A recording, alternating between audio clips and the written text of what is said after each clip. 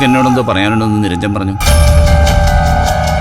പുതിയ ബഹളത്തിനുള്ള വല്ല പുറപ്പാടുമാണെങ്കിൽ എനിക്ക് തീരെ വയ്യ, മാനസികമായിട്ടും ശാരീരികമായിട്ടും. തങ്കച്ചിയുടെ മുന്നിൽ പതറി നിൽക്കുന്ന ആൾക്ക് കുറച്ച് ഗ്ലൂക്കോസ് കുത്തിവെക്കുമ്പോ കിട്ടുന്ന എനർജി ഉണ്ടാക്കുന്ന ഒരു കാര്യം പറയാണ്. അക്ഷര, വാചക കസർത്തൊന്നും വേണ്ട. നീ ചെയ്യാൻ പോകുന്ന നല്ല കാര്യം അങ്ങ് പറഞ്ഞാ മതി. നല്ല കാര്യോ? ഇവളോ?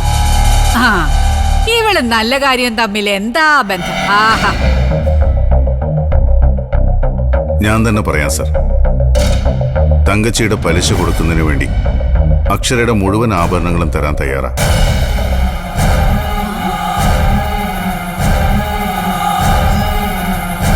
വേണ്ട,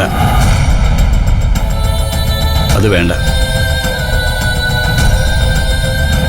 പിന്നെ ഔദാര്യം പറഞ്ഞ് ഇവൾക്കെന്നെ മരണം വരെ കുത്തിരസിക്കാനല്ല.